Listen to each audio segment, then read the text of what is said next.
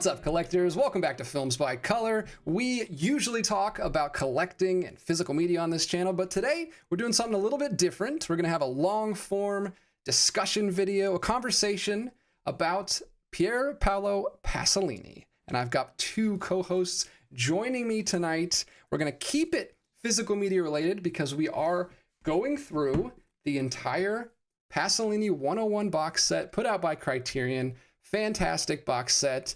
We made it a goal to make it through this entire marathon of his first 9 films together. So let me go ahead and introduce my co-host to you guys. We've got author from TCM, Turner Classic Movies. He has a book on summer movies that you can find right now in stores, wherever you get your books. And he's got a book on 80s movies coming out later this year in the fall.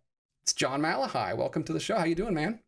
Hey, good. Thanks for having me on. Of course. Yeah, I should have like copies to hold up to you should show it off. But never miss a chance to plug. And then right underneath John, we have got a really, really good friend of mine. Both of these guys are best friends of mine, but Connor is the one who got me into Criterion Collection in the first place. He's basically the reason this whole channel exists. It's Connor Nielsen. Look at that. There he is. You flatter me. You flatter me. Seriously, man, you've been here since the beginning of the channel. First video ever. Both of you guys have been on the channel many, many times. I'm sure the audience is familiar with you guys. If this is your first time tuning in, like I said, not what we usually do, but we're going to have a good time. I'm looking forward to the discussion, conversation with these guys. We've talked a little bit offline about our thoughts on the film, but mostly we've kept them to ourselves. So this is going to be a honest conversation. I know we do agree on some of these and disagree on others, so I'm really looking forward to it. I'm going to read a little paragraph about Pasolini in case you're not familiar, and we'll jump right into it. Few filmmakers have captured the contradictions of the human experience quite like Pier Paolo Pasolini. Best known for being a director, he was also a poet, novelist, painter, political thinker, and critic.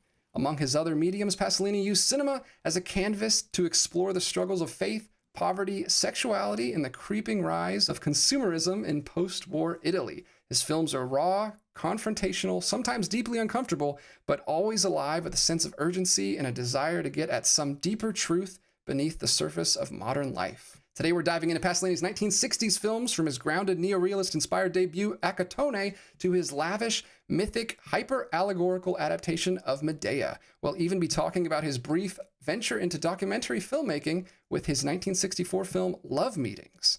These films, collected in Criterion's Pasolini 101 box set, chart his evolution as an artist, a political thinker, and a deeply conflicted witness to a world in rapid transformation.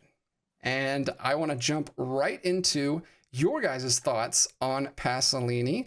We will be going through all 9 of the films in this set, all of his 60s films. We're going to go in chronological order. But first, before we dive into those films, I want to hear, what was each of your relationship? Just a brief overview of what your initial relationship with him before we started doing this crazy marathon, watching through 9 films in 9 days.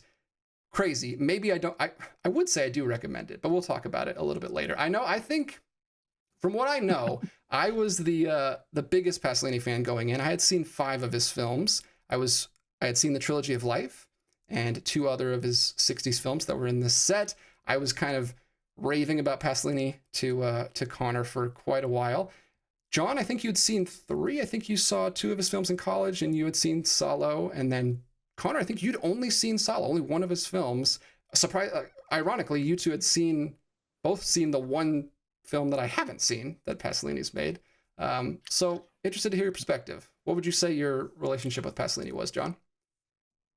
Yeah, I saw 2 in college. I saw Arabian Nights, actually, was the first one, which is in his Trilogy of Life. And that was it was like a Islamic cultures class. I thought it was a kind of an odd choice since it's made by an Italian guy. But yeah, interesting. And I was a film major, so I was watching all sorts of interesting stuff too. But the other one that came up there was Gospel According to Matthew. So that was for like a religion and film class. So similar. But and I wasn't quite sure what to make of that at the time. I think it grew on me a lot. I really had a great experience this time watching it with you. I think it was just my mindset, and having watched a few of his earlier things and grown up a little bit probably helped. We watched the Decameron together. Is that right? That's right. Not I that long showed you ago. the Decameron. That's true. Forgot about that. Yeah. And then Solo, because out of just perverse curiosity, I saw that one. I really do appreciate that, but having seen the earlier stuff kind of gives it a little bit more context. Yeah. So yeah, I'd seen a few things. Connor? Well, yeah, like you said, the only one I'd seen was Solo, and most of my awareness of him did come from you and you talking about how interested you were by the trilogy of life. And I remember when you had first started watching them, at least a couple of them, you were like, I mean, there's stuff in here I like, but there's some other like really silly stuff that I don't know what to feel about. But then like you would keep talking about them, and it seemed like you really, marinated on them and grew to appreciate them. And I had seen Solo, I want to say mid to late 2022, and that one, I mean, it has a reputation, and I felt like it lived up to its reputation. I had heard so many different responses to it, and finally watching it, it was I found it extremely difficult to get through, and like as an endurance test, it was troubling to me, and I did have some thoughts of, is this the first movie I abandon? But again, reflecting on it, thinking about it, I couldn't not like respect it. And kind of what my read on that movie ultimately was, I thought it did, you know, it challenged me, and it, made me think more about it beyond, well, that was messed up. So, uh, and then the funny thing though is every time I bring that up, not, just with DJ, but like with other people, who had seen Pasolini's other films, they would say, well, it's not really like his other movies though. So don't be too worried about watching more Pasolini. And so because of your interest in him, I was interested in finally getting to these movies. So yeah, we were all kind of in different places, but we were all intrigued to check out more of his stuff. And I think that what you just talked about, it's not like his other films, but you can see how it gets there. This more than any other marathon I've done of any other director. I've watched through other directors' filmographies at certain points, but this one, more than anything else, you can chart the evolution of him as a director like so perfectly. I've never felt like I understood a director as a person more than watching his stuff. Like I feel like he put so much of himself in his movies that, I don't know, I feel like I really have a kinship with Pasolini, and we'll talk about it as we go through. But I fell in love with this whole project. I'm glad we did it. It was a crazy thing to do. We had some hiccups along the way. We weren't able to. Connor was the only one that was able to do it in 9 days. Me and John had deaths in the families and traveling all the way across the country and stuff going on that we couldn't do it. But I did finish it. We all finished all the films, and we're going to talk about them right now, starting all the way back in 1961 with Accattone, his debut feature. And this is how I want to do this. I'm going to read a quick synopsis of each film just to get us in the mood, in the headspace. And then I thought we'd take turns. So I'll start off with my reaction for Accattone. Then I'll go to John for the next film, Connor for the next film, and we'll each take a turn starting off the conversation for each film, if you guys are cool with that. Yep. And then we'll, of course, go back and forth. Pasolini's gritty debut about a young pimp in Rome, Accattone is a brutal and poetic look at the struggles of the urban poor. The film explores themes of alienation, poverty, and the hopelessness of the working class. And what a debut it was. I'm going to share a couple things that stood out to me, just a couple points, and then I'll hand it over to you guys, and we'll start the conversation. I think what I found most interesting about this, I love debut features. I don't know about you guys, but I've made a whole list on Letterboxd of debut features that I love. I love looking at them and seeing what you can see from the very beginning that goes through the rest of their filmography. And so much of it is already here with Pasolini. His interest and affection for the lower class is already here right from the beginning. He follows like the so-called dregs of society. We're following a pimp in the Roman slums, a very unlikable pimp, but it's told in a very earnest and romanticized, poetic way, which is totally his style right there from the very beginning.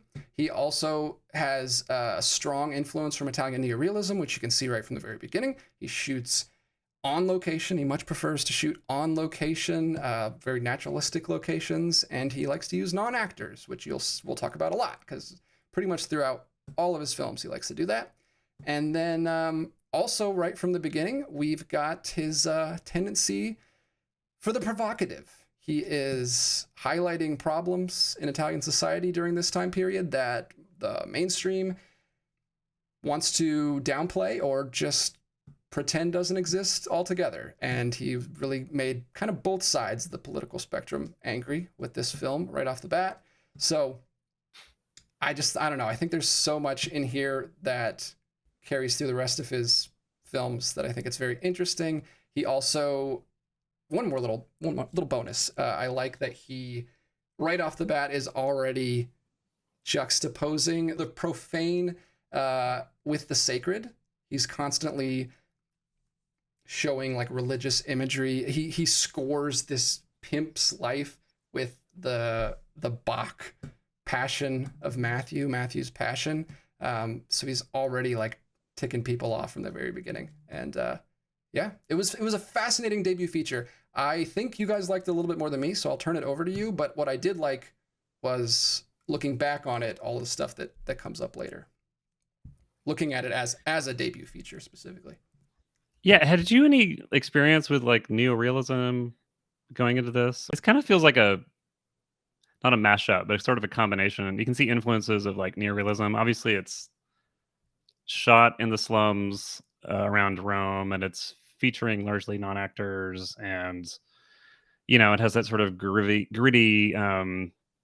day in the life of kind of quality of those things. But it's also, there's a really lovely like dream sequence towards the end of this thing that sort of took me aback. It's something that you would see at a Fellini. It kind of reminded me of the beginning of 8.5, actually, which was like the next year. But yeah, I really enjoyed this one. I got wrapped up in the drama. I think it just feels really authentic. One of the things that I really took to, and like you kind of said this, TJ, with like getting to know Pasolini as a person, was I didn't realize how much of like a public intellectual he had been for years. I struggle to think of like an equivalent that we have here in the States or anywhere else in the moment.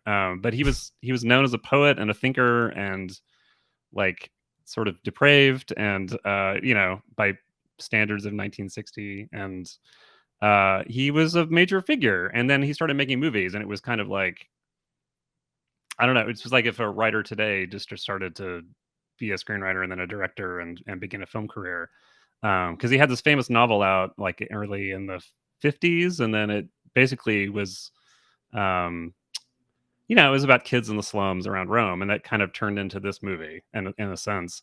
And so, yeah, I loved hearing about his backstory. He had kind of moved to that area when he was escaping the small town that he had been in, and he lived among these people and knew them and knew the area so well, and it just felt really personal and really authentic. So I enjoyed that. And I enjoyed sort of the little flights of fancy that it took, like the dream sequence. And the main character is such an asshole that, like, can I say that on this? He's so awful. Sure. One of the worst people in all these movies we watched, I think. There's a scene where he like steals a little necklace from a kid, and like from his son, not just a kid. Yeah, from his little son. He kisses him twice to like be able to get this thing off of him. Just awful. But like you said, there's a lot of like Christian iconography and stuff.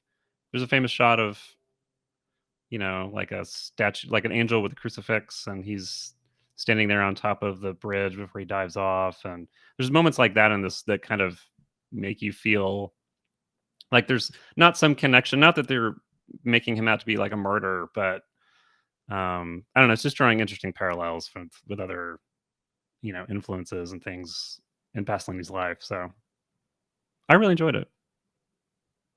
What was your reaction, Connor? Well, it is interesting because I did not have any experience with Italian neorealism. I think you could count the number of Italian movies I'd seen up until this point, maybe on two hands. And a decent amount of it was like spaghetti westerns or giallo, kind of the stuff that in genre circles gets more talk, and, people really want to let you know about Lucio Fulci or something, And I'd seen a couple of Fellini's movies. I'd seen Amarcord somewhere around the time that I'd seen Salo, and I saw Eight and a Half back in the day when I watched like in high school when the Criterion collection was just on Netflix. So I I knew kind of what the Fellini flavor was, and I'd actually the tagline for this movie, at least on Letterboxd, is "The Poor Man's Dolce Vita." So I watched the beginning of La Dolce Vita, and I can understand why maybe neorealism was falling out of favor when you watch even just like the first 45 minutes of La Dolce Vita. Like, it has a swagger and a coolness about it, and that you can understand why Italy probably wants that to be their primary export of films. It highlights a level of opulence that maybe advertises a certain lifestyle. And then it's cool to get this, which is the opposite. And I know that Pasolini had written some of Fellini's prior films. I've actually also, I forgot to mention, I'd seen Nights of Cabiria, which I think has a lot in common with this. And then the next one we're going to talk about Mama Roma. Mm-hmm. But yeah, I quite liked this. And I liked it primarily as this character study where there's a lot of that religious imagery, the choice in music. It's very much leaning on the sort of images of Italy and I guess Rome, how, Catholicism was or at least maybe it still is, I don't know, the national religion of Italy. And so I don't know, as I was watching it, I began to kind of see it as not so much Pasolini framing Accattone as some kind of religious symbol or something, but that Accattone was sort of casting himself as that to give himself some significance, because when you look at his life, he really does not lead a significant life, and it's not a life anyone should really aspire to. But I found to be a very interesting experience, and then also just a very good performance from Franco Sitti as the titular Accattone. But to your point, DJ, I too have a fixation on directorial debuts. Mm-hmm. I will endure Who's That Knocking at My Door. I'm sorry, everyone likes that one. I don't, but I'll get through that one because it's interesting to see where like Martin Scorsese started.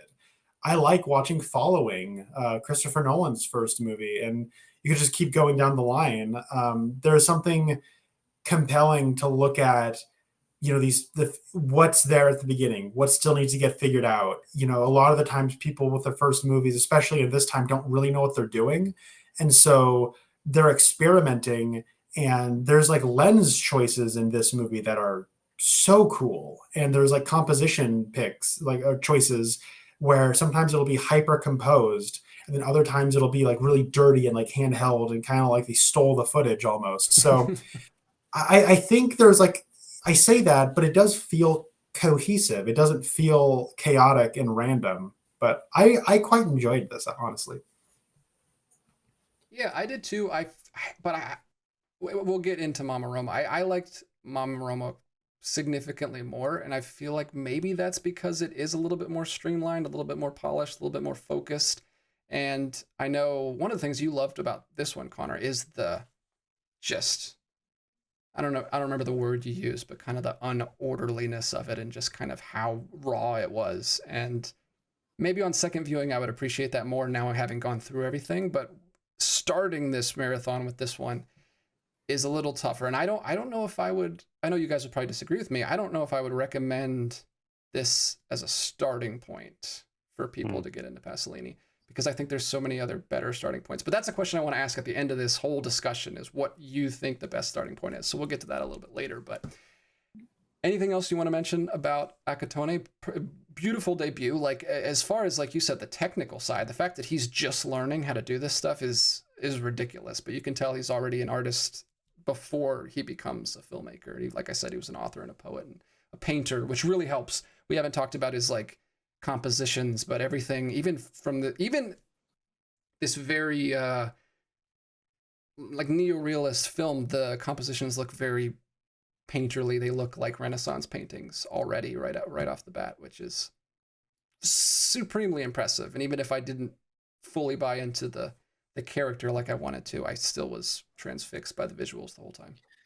Yeah, I mean, I think to your point, Connor, about like Italy was trying to market itself more as the La Dolce Vita kind of Italy. I feel like apparently there had been such an economic boom since the end of the war that the neorealist stuff felt very wasn't old fashioned, but it just showed an Italy that people didn't want to feel like existed anymore. And so part of Pasolini's thing as like, you know, sort of a leftist filmmaker and thinker was to bring these things more to light. And I wonder though if like you don't talk about Mama Roma, but it does feel a little bit more like you had Anna Magnani as the main actress, you know, you have an actual star and you have a little bit more warmth to it, maybe.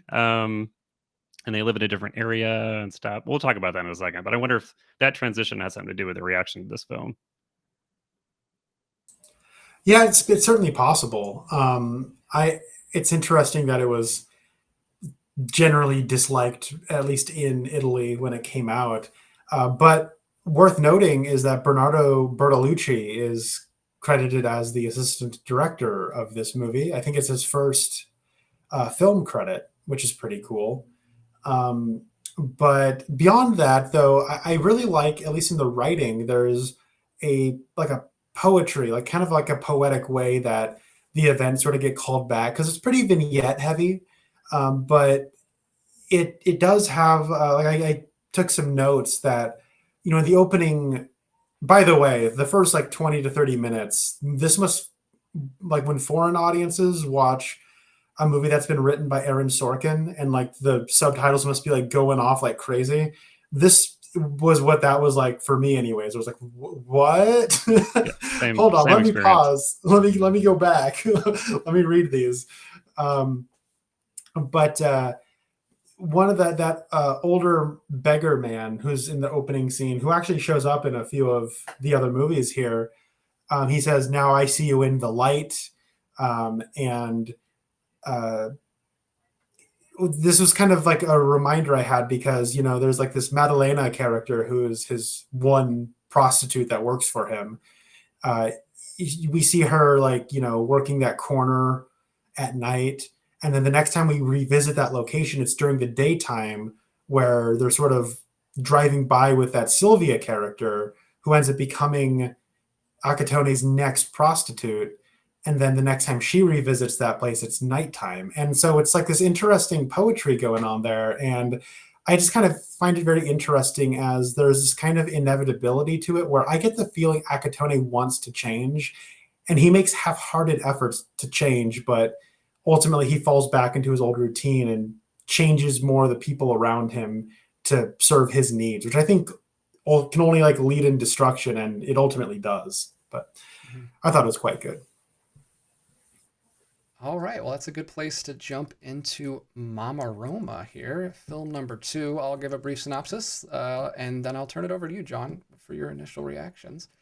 Mama Roma, like you just alluded to, Anna Magnani stars as Mama Roma, a former prostitute who tries to give her son a better life, only to see her past drag them both back into hardship.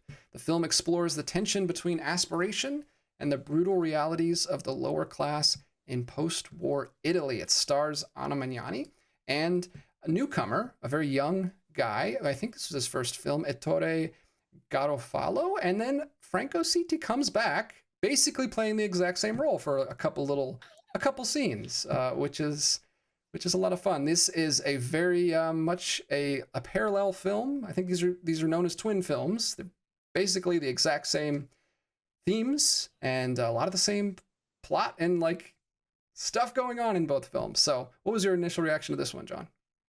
It seemed a little more hopeful, I guess, towards the beginning anyway. Like it was sort of about her trying to better her life. Whereas I think in Accattone, it was more, I don't know, it was a portrait of a guy who was stuck, and I didn't think none of us really expected him to go places. We hope for that in this film a little bit, and we don't really get it. And it's funny that you've mentioned that Franco Chidi shows up again as like, he's like the pimp, he's the typecast pimp now. And he appears in some other films later on too, and it's always interesting to see. Like even in like Teorema, isn't he in that one? Like as one of the guys who appears in different segments and stuff. Anyway, it's funny to see him pop up because this is now just what I have in my head for him. So I do think it was, like I said, a little more warm, a little more polished in places. And part of that was there were some lovely shots and moments in Accattone, but here there's in particular there's a like a 4-minute long shot or long take at the beginning where she's walking. It's really an Aaron Sorkin moment, I guess. She's walking down the street talking to all these people and explaining this this basically when she was, you know, forced into marriage with this older man and the whole story behind that and what happened. And then it is this great moment. That's one of my favorite scenes in the film. And then later on, it sort of has this parallel sequence where she's walking and, you know, talking again in the same location. And it's sort of cyclical. It shows you like that this is the life that she's leading and this is where she's going to be. But it's just this moment of it's nice. It's a nice moment of symmetry, and I see that across his films too, which is really cool. I think having seen like some like Arabian Nights or something like that, I wasn't quite sure of his style, and didn't know if he was going to be a director to do things in the way that like a Fellini would or whatever. Like the people that were making films at the same time, in the same place as him, and it was fun to see moments like that where he's doing making interesting stylistic choices and having a little fun with it. And I loved Anna Magnani. I don't know how you can't love this actress. She's one of my favorites of all time, I think. And she's a great callback to like Rome Open City, which is one of the main first like neorealist films. So I feel like it's kind of harkening back to that a little bit, but going in a different direction. So yeah, I enjoyed it. I think I enjoyed Accattone more, and I think it's because it just felt more, like I said, authentic or gritty or something. I don't know. Mm-hmm. Yeah, I liked this movie a lot. And when I was first starting to watch it, I was thinking I would like it less than Accattone. And then the next day after watching it, I actually went back before watching Love Meetings, and I ended up watching like half of the movie again, but I was just kind of skipping around to different scenes. It's I think pretty great. And what I think is kind of what makes it an interesting companion piece to Accattone is that Accattone seems to be very interested in just examining and looking at the existence of like how like living in poverty sort of begats the crime life.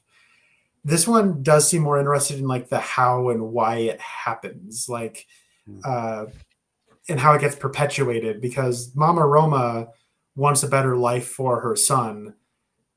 And I think going into the religious stuff even a little more, I think the general hook of this movie is every mother sees their son as an innocent, as like a Christ almost. And every child sees their mother as a Virgin Mary. And what becomes interesting to me is that the movie sort of culminates in, I think, a very lovely end of Act Two, where the son finally has the job and she's finally seeing that, like, oh my God, everything's going to work out. This is great. And then the third act, things kind of fall apart. But what happens is the son finds out that his mother's a prostitute, and that he has a disillusionment.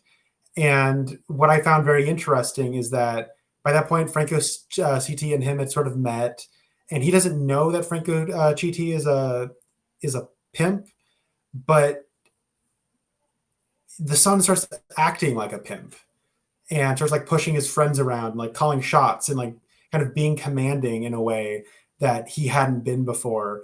And then the movie kind of has, I think, like a statement to make about like how difficult it is to kind of move forward, or like, how parents want a better life for their children, but their children still need to learn what it is to, like, they don't have their parents' experience. And so that's why I think a lot of the times children just sort of end up repeating the mistakes of their parents. It's very interesting, I thought. And what I like about this and Accattone is just they feel like completely populated worlds. Like this Rome feels so alive that I just want to like fall into the screen and like live there, or at least, run my fingers through the tall grass and like, smell the air as the kids are kicking the soccer ball. Like it's so well rendered, and it's kind of amazing that he was able to do this so early in his career. Yeah, this one was the first one that like blew me away. Like I had seen other ones that I loved before we did this whole thing, but in this watch through, I was blown away by this one. I think this one might be one of my top 3 of his films, especially in this period. It's his first Jesus movie, and because he puts so much of himself in his films, it's really hard to talk about him without talking about like all of his experience with religion and politics and all that kind of stuff. He had a shattering disillusionment pretty early on. I think he was like 14 when he lost his Catholic religion, and that's right here in this movie. And he would go on to make several Jesus movies. One of them, literally a Jesus movie, which we'll talk about in just a minute. I love that so much, and I think the theme of systemic, like poverty and the reasons that this keeps happening and how it's passed on from generation to generation it hits home so much more in this one because of that. Like you said, Connor, it is diving into the why. I feel like it was much more effective in conveying that than the first one, which you could just kind of explain because that guy is that way. Like I didn't see the effects really on anyone else. I mean, obviously everyone else is being affected in that movie as well also, but I feel like Mama Roma as the protagonist of this just really sent that message, or not, it's not a preachy movie, but that theme like home so much more for me. I really enjoyed that. Also, she reminded me of my mom so much throughout this movie. Mama Martinez, I was thinking the whole time, she's amazing in this movie. From the opening scene, that wedding scene is delightful. It's so much fun. It's incredible. It's maybe one of the best performances ever in a Pasolini film. Maybe not that hard to do since he mostly casts non-actors, but she kills it in this movie from beginning to end. I loved her. I love the kid too. The kid looks exactly like my old boss's son, which I couldn't stop seeing as I was watching the movie. So it made it a little bit more real. When we get to the tragic ending, that does have a lot more religious imagery. He's again pulling from a lot of. There's a specific painting, Renaissance painting of Christ laid down on the table that he's pulling from for that final shot, which is amazing. The final shot of Mama Roma looking across at the church. Most of his criticisms are of the church itself and not of the religion, which is fascinating. That's what's so fascinating about Pasolini is like, he seems like like I said, he lost his faith early in his life, but he wants to believe. So like we'll talk about this in 2 films. Like he really wants to be a believer. He's a nostalgic believer. And it's so interesting seeing that perspective from an artist, a painter who has all of this inspiration that he's putting on screen. I absolutely love this one. It's amazing. I want to watch it again. I've only seen it once, but it's sticking with me. Like you said, that long shot, the nighttime scenes are so beautiful in this. We should say so beautiful. These are all 4K, not all of them, but most of them are 4K restorations. They're not 4K discs, but even the Blu-rays look phenomenal. Like the blacks in those night scenes and the little highlights of the street lights as she's walking, and it's so good. Like that monologue she gives, and it's like a dance scene, like the other pimps and prostitutes are like coming in and out talking to her. That's such an amazing scene. I love it so much. I was gonna say, I just looked it up. Franco Chidi. I was thinking of Porcile. He appears in that one. Yeah. He's in like many of the. He's also in Oedipus Rex.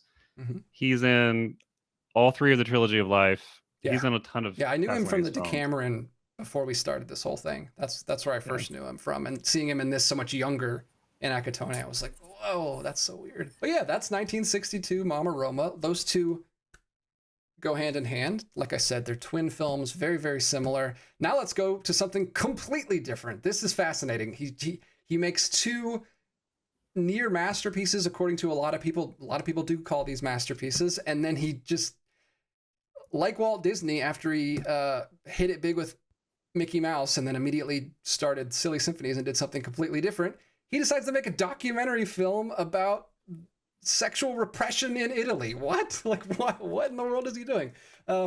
So I'll go ahead and read a synopsis. That's basically it. And then I'll turn it over to Connor. Love to hear your perspective on this very, very different film from this tortured artist. We've got Love Meetings, or Commisi d'amore, from 1964. I'm going to read the Italian names for most of these because they're way better than our terrible English translations. A documentary that combines interviews with ordinary Italians about their attitudes toward love, sex, and sexuality. Love Meetings offers a provocative look at Italian society during the 1960s. Pasolini critiques the hypocrisy and repression surrounding sex and the shifting moral landscape in Italy. No stars to call out on this one, obviously, because that's just a bunch of randos on the street, at the beach, on their farms in the middle of a workday. He goes everywhere in this film. He has no... I'll get to it in a second. That was one of the standout things, is just learning about Pasolini. Seeing him in real life was very surreal. But what was your reaction, Connor? So I think you guys well, to echo what John said last time, I think you guys liked this one more than I did. I thought it was all right. I think the most compelling thing about it is, as John was saying, he was such a public intellectual and thinker and already established by the time that he became a filmmaker. So I thought it was pretty cool to see him use, with his documentary, he does sort of present his public image on camera. So if you are only familiar with him through the movies and you don't really know about his speeches or his books or, the ecosystem of 60s and earlier Italy, it's cool to have this as a document of what he was like and how bold he was and how unafraid he was to just go up to people and ask questions. And I assume they knew he's gay. And so when he starts asking them about sexual inversions, which is I guess a 1960s term for homosexuality, I think, it's kind of bold. I mean, I would assume if he's that established, people would know who he is. I think my issue with it kind of came from, it's sort of I'll compare it to the second Borat movie. I don't know if you guys have seen that one, but there's a few sequences in Borat 2 where I feel like Sacha Baron Cohen expected a certain response for the narrative of his movie, and he didn't get it. So he kind of had to that one, because it is partially a narrative, they kind of have to fake some stuff. And luckily, that's not what Pasolini does here. But I do get the sense that he's kind of fishing around, waiting for somebody to confirm his bias. And a lot of the time he does, especially in the second half, it becomes a lot of the same questions being asked at the next beach, getting the same answers over and over again. And because he is just sort of the whole appeal of this, that it is spontaneous, a lot of the people haven't really had a chance to think about it. So they don't really give very thoughtful answers, as you wouldn't expect them to. But my favorite part of this was actually the first, because it's separated into different surveys where he has these different questions he's asking. My favorite was the first one, where he talks to college students and factory workers and children. Yeah, that was an adorable way to open it up. Yeah, that was great. But and some soldiers, a squad of people in the Navy or something. That one was interesting because they did seem the most prepared to talk about this and the most honest, and particularly the soldiers. One of them just kind of talking about how they're all talking about how they don't feel like they're alpha males or the Don Juan types, or they don't even really want to be that way. But there's this perception that because they are in the army, that they maybe think of themselves that way. I really liked a lot of that stuff, but I do think it kind of loses its energy and a little bit of its steam throughout. But I do think, particularly in the edit, I think Pasolini does try to keep the energy up. And like I said, I did very much value the public image of Pasolini being presented and documented. Yeah, I don't think it was solid all the way through. It had its ups and downs. Yeah, the very opening with the kids where he's asking where do babies come from, and that feels pretty true today. I think most kids who are 4 or 5 years old wouldn't give better answers. But It was funny because, and I don't want to say it's like prudishness on the part of people, but when you're asked questions like that in public, surrounded by people in a society that was more conservative than it is today in Italy, in a very Catholic country, those are the answers you're going to get. Like people are going to brush it off and try to not answer and try to say, yes, I do think this is, homosexuality is repulsive and blah blah blah. I don't know. I kept thinking like you said, Connor, like what is he really after here? Like what is he's fishing for something and he's not getting it. And he even talks, there's these little moments interspersed where he's talking to a couple of like intellectuals. Mhm. Alberto Moravia was one of them. He's actually the guy who wrote The Conformist, the novel The Conformist that was turned into the film by Bertolucci a few years later. So it's interesting because that's about like conforming to the system despite not believing in it and blah, blah, and other things. That's a great movie. Everyone should watch that. But he was basically saying like a lot of people just aren't telling the truth or are choosing not to talk at all because to utter things that are against society's norms is to like expose yourself essentially and to make her out to be, you can like hurt yourself from a social standing perspective. So I thought that was interesting. I actually, one thing I really loved was that the movie sort of has an intermission. It's broken into two parts, and in the middle it literally comes on with the title card that says end of act one, like we suggest you use this time to think about something else and not sex and blah blah blah. It was it was playful in a way. And then it also ends with this weird discussion about like brothels because there had just been a law passed closing down brothels to supposedly help, there was some good intention behind it, but it had turned into sort of a hot topic as we see. So that was fascinating. Interesting. Okay, well, this is mine then because I like this, seems like more than both of you guys. I had a really good time with this, and my biggest regret of this whole marathon was not watching this in one sitting. I did split it. I had no choice but to split it up. It was too late to finish it that night. And unfortunately, I didn't get back to the second half until like a week later, which really separated the two halves for me, which I hate. I really want to rewatch it as one piece because I really, really enjoyed this for the reasons that I kind of mentioned. First of all, like just seeing Pasolini in public, and I think it's fascinating that a guy who's so artistic and intellectual is also so outgoing and extroverted and so likable and such a good.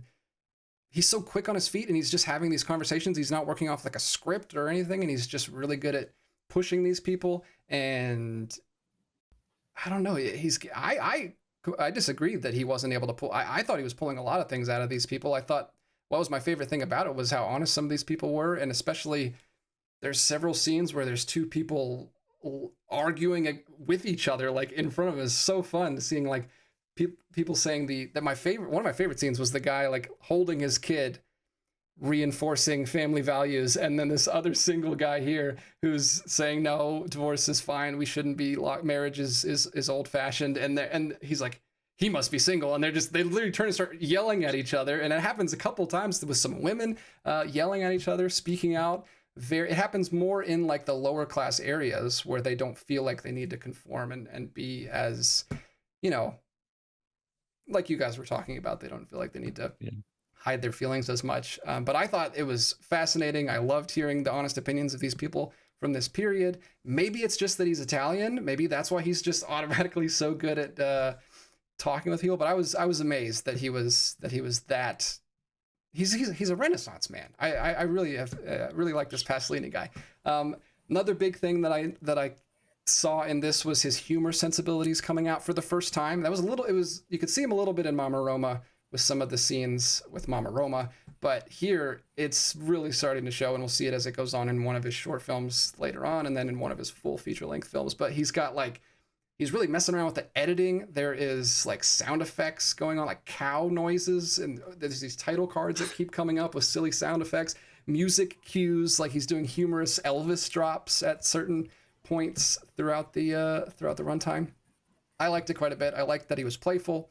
I really enjoyed the two guys that you talked about, the intellectuals that he was speaking with, experts and their insights. He would go gather this information, they would bring it to them and say like, what do you guys think? And then they would break it down which is 90% of my day is watching people do that on social media, just breaking down other people's videos, which really spoke to me. I especially liked the one guy that you talked about that wrote The Conformist. I didn't feel like he was trying to get a specific answer and wasn't getting it. I felt like he was really searching for truth and was just trying to figure out what people actually thought.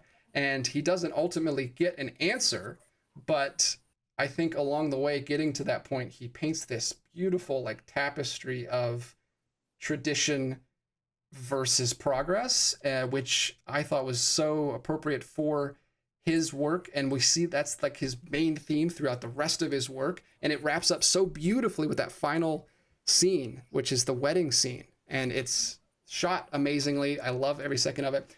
That is like a scene that you could just show someone and be like, this is Pasolini in a scene. Like, he is revolting against this tradition. This marriage to him is like this tradition that we just keep passing along, and we just keep doing it just because. There's so many people in this documentary, they don't actually think about their beliefs. They're just repeating what they've always been told. And he's like, why? And they're like, so many people are like, because that's how it is. Like, over and over again, people are just like, that's how it is.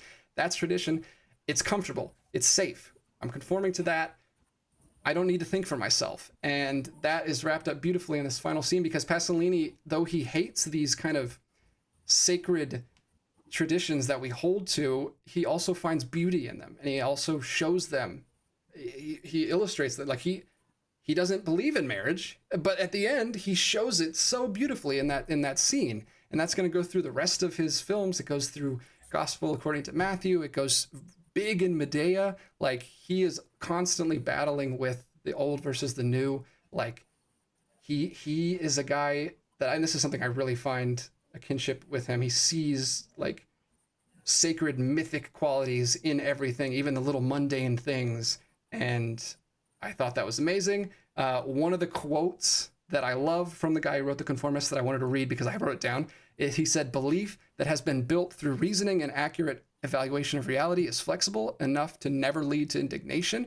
On the other hand, an imparted belief with no serious analysis of the reason why it has been passed on, accepted out of tradition or laziness or passive education, is conformism." And then Pasolini jumps in and he goes, "Conformism is the stubborn certainty of those who are insecure." And he's battling with that this whole time, and he doesn't want to give in. But then at the very end of the documentary, he can't help but see the beauty in marriage and in the old ways, in religion, and he wants to believe in it. He wants to have something to live by, and he just can't bring himself to do it. And it's going to be a constant struggle through the rest of his films, and it's so good. And I feel like this would have been a 4 if I had watched it all in one sitting, but I had to break it up, and I still gave it a 3.5 out of 5, a 7 out of 10, but I want to rewatch it.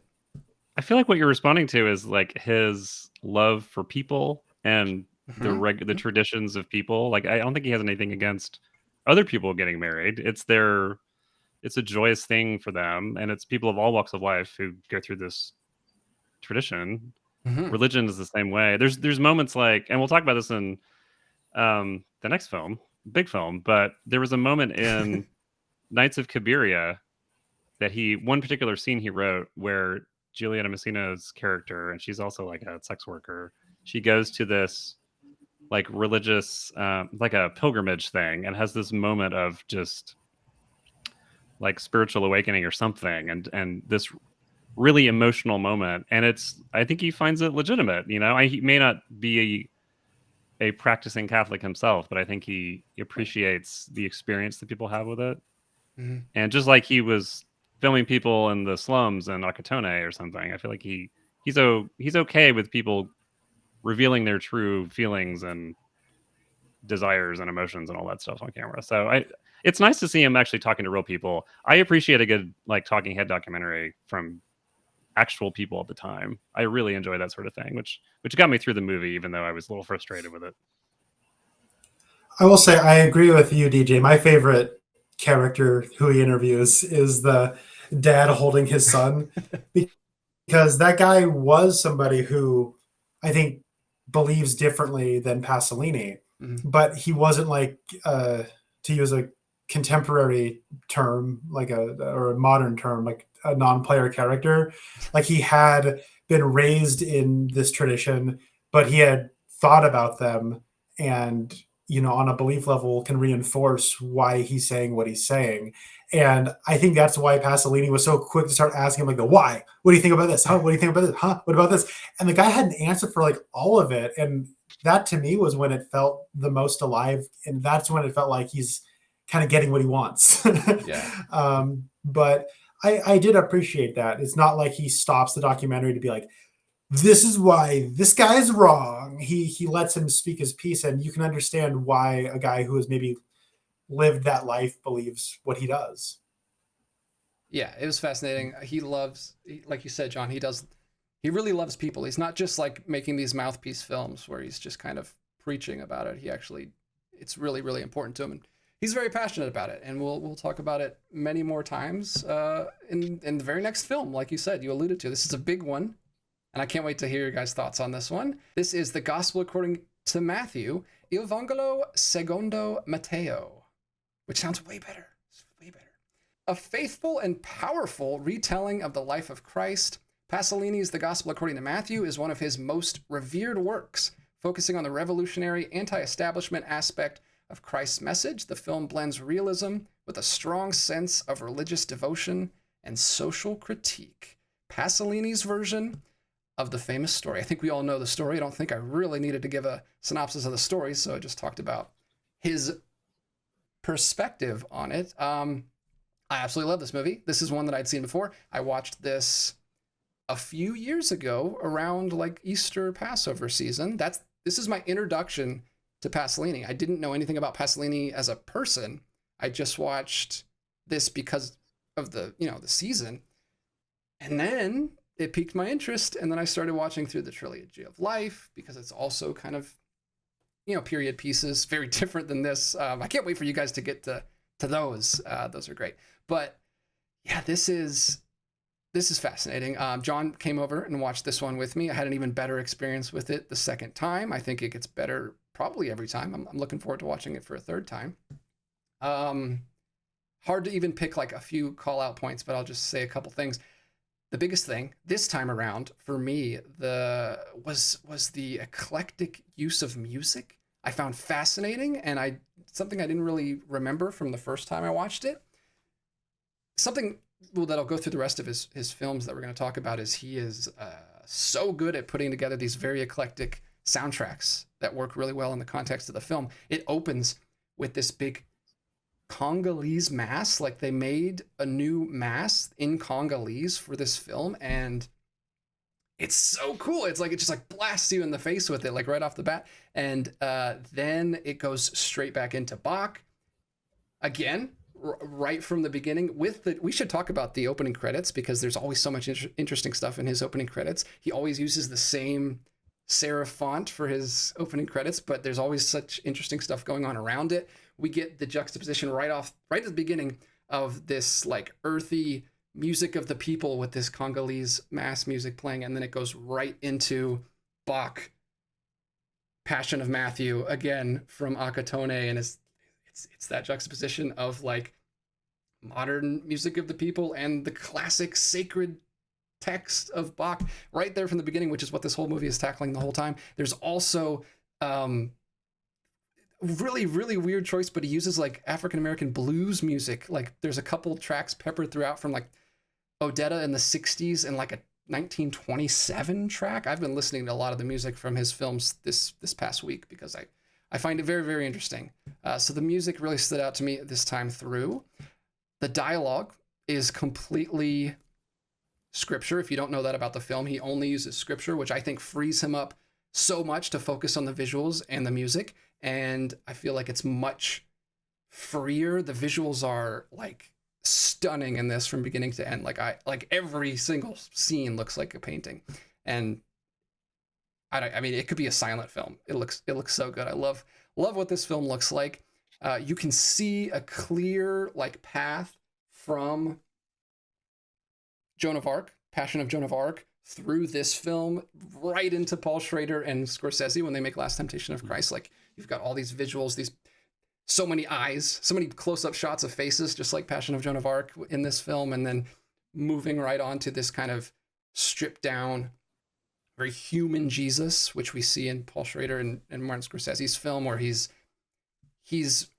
reacting to things. He's not this just austere religious leader like in the American Jesus films by Cecil B. DeMille that we had from this time. He is I don't know, he's heartbroken, he's angry, he's reacting to things, and it just reminded me of Willem Dafoe in Last Temptation of Christ. So there's so much in there. I'm going to talk a little bit more, but I'll pass it over to you guys. Go ahead, John. I had such a good time watching this with you. I don't know. It was like it was a religious experience. It was like, it was just so much better than the first time. I think part of it was just having lived longer and having seen a lot of films, but it, like you said, it's sort of like Last Temptation in the sense that it's someone who, the director is someone who, if not questioning their faith, is at least kind of tackling the material from a different angle. Like, I don't know. I listened to a podcast about it, and they mentioned that they were sort of downplaying like the miracles in the story and some of the more supernatural elements, and playing up just the words through using only the words that are in the text, and kind of trying to reconcile, I feel like, Pasolini's leftist politics with like theology a little bit, the dominant theology, like the scripture that everyone in Italy knows and is taught and believes in. And yeah, it was amazing. It's a great film, and the music was incredible. Yeah, this like sort of like black soul music that was tossed in as sort of I don't know, like linking different societies that have gone through struggles and oppression and and revolution. Revolution, and yeah, I mean, I don't know, it was just great. It really worked for me this time. Connor, how did you feel? So there are 2 movies in this set. I got it too, right here. There are 2 that I definitely want to revisit. The first being this, and then you'll know what the second one. It's Medea. But the reason I want to revisit this is because it is greatly different than what I was expecting. Very, very rarely do expectations kind of get me. But I had seen his first 3 movies, and I had heard people talking about this, multiple people talking about this, saying it's his masterpiece.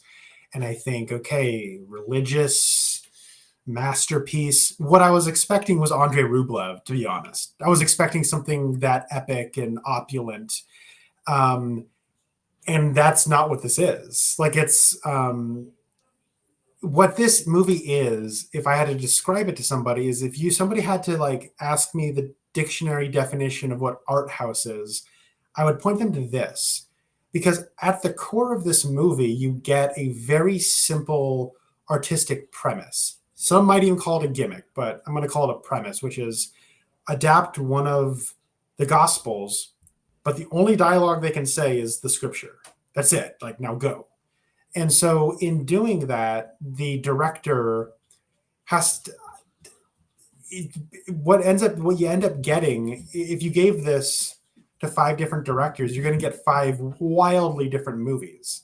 So what you get is just the scripture, but it places a lot of emphasis on the moving image. It places a lot of emphasis on the direction of shot composition, scene construction. Like, how are you telling the story visually? What are you omitting? What are you emphasizing? There's all this stuff here that is kind of avant-garde. And if you don't, now I'm sure in Italy, everyone knows the story, right? But if you are somebody who doesn't know anything about this, you might be confused when King Herod first, shows up and has like a scene or 2. It was probably all shot in one day. But then you're like, what's happening? Who are these people in the big hats? And then later, the information comes, that's King Herod, and these are like the Philistines and the religious leaders and whatever. And Pharisees. Sorry, my bad. Pharisees. But it does become like for me, it was a weird adjustment to make. And when I watched it, because I had only seen these first three movies to kind of compare them to me, it felt like Pasolini was stripping back his style some. But then looking forward, this I think is where like this informs like everything that comes afterwards, stylistically speaking.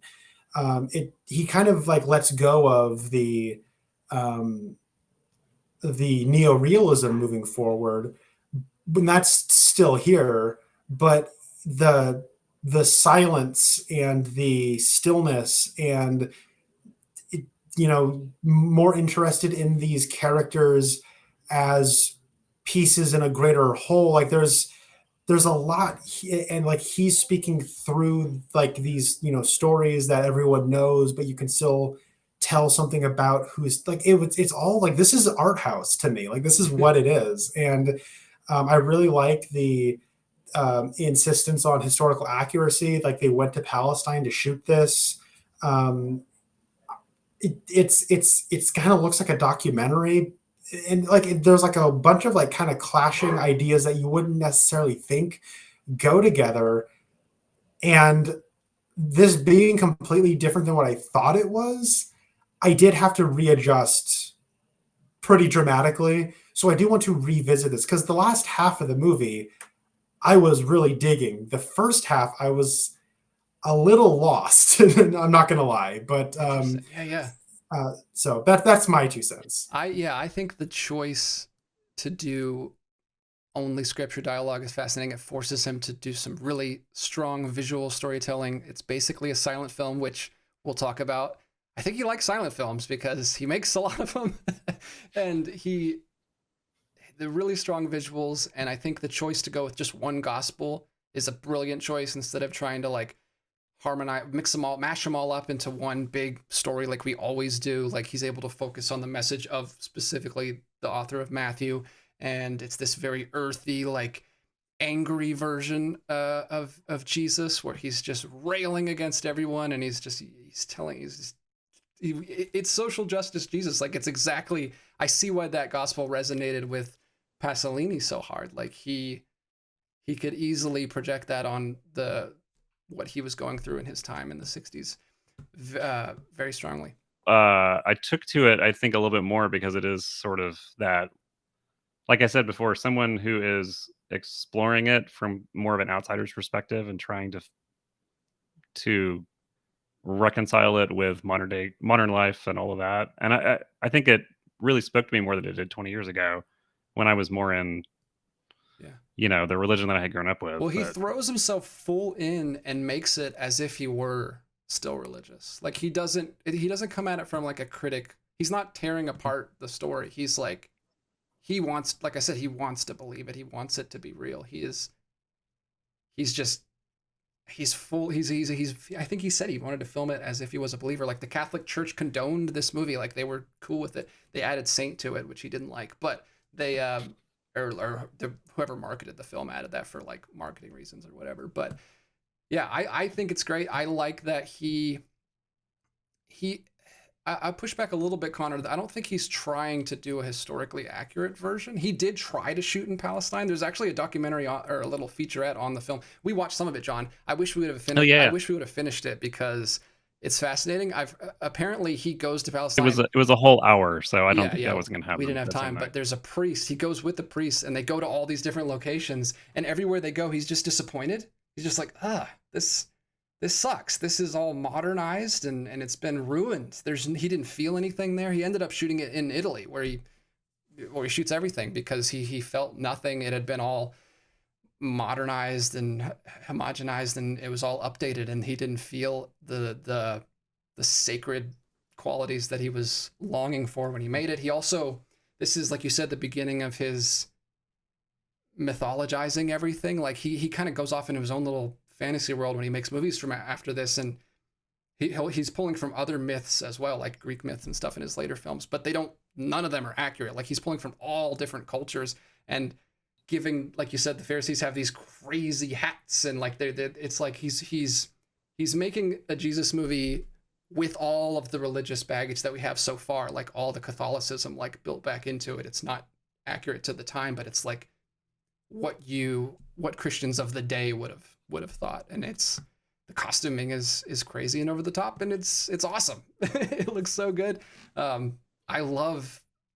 can't wait for you to rewatch the first half, Connor, because I love all the, like, it is kind of like a dream. You're like thrown into a dream sequence. Like, what is happening? Like, if you don't know the story about Joseph suspecting his wife of, you know, sleeping with somebody else because she's pregnant, it doesn't tell you anything. It's just like her face, his face, and then they're like non-actors, so they're just kind of like giving blank stares that he's manipulating as the artist pulling all the strings. But like, it's such a good watch, especially on a second viewing, Connor. I think you're gonna really like it. It was great. I thoroughly enjoyed it. Yeah, agreed. This is my favorite, I think. Of the whole, not to spoil the ending of the video, wow. but well, yeah, it's not my favorite of his films, but I think it is my second favorite. So I'll go ahead and spoil that too. I did want to read this quote. I alluded to this quote, but this if you want to understand me and why I love Pasolini so much, I got this quote from a documentary that's on YouTube, and it's translated in English, which is pretty cool. But I alluded to it in the last film. He says, this is from Pasolini: "Philosophically, nothing I have ever done has been more fitted to me than Gospel According to Matthew, because of my tendency always to see something sacred, mythical, and an epic quality in everything, even the most humdrum, simple, and banal objects and events."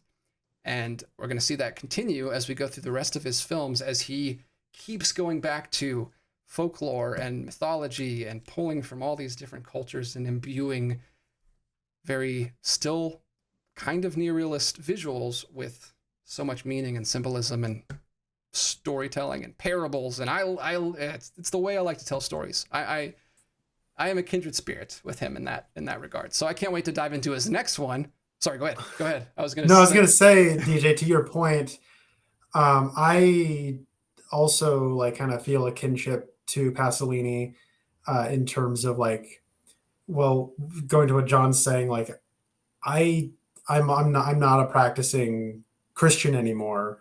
But like, I want to believe, you know, and like nothing would make me happier than to like be back to what I was, you know, that life. And when I watch stuff like Andrei Rublev, I'm like, if I ever get back to believing, somehow it's in this movie. Like, and there's other movies, and I see people like Pasolini, who is clearly an intelligent man, or like Tarkovsky or Scorsese. Like those last two are like, we're practicing believers. I'm like, I want to be like you guys. I really do. So I do definitely feel a kinship with him in that way, about like appreciating what these symbols mean, but struggling to reckon with them on an individual level. Yeah. Like, I feel like he sees the value in it from a personal perspective and hopefully like a social perspective, but also the way that it's not really being given the respect, or the meaning of it is not really being taken into consideration by people who are, you know, leading these religions these days. So that was my perspective on it. Yeah, Connor, that reminds me of a quote, my favorite quote from Pasolini. Someone was asking him about being an unbeliever, and he cuts him off real quick, and he says, "If you know that I am an unbeliever, then you know me better than I know myself. If I am an unbeliever, I am a believer that has a nostalgia for a belief," which perfectly sums up everything you just said. And it's one of my favorite quotes, and it resonates with me a ton. And I love the guy. He's such a cute little guy too. He's that little tiny Italian guy. He's so likable.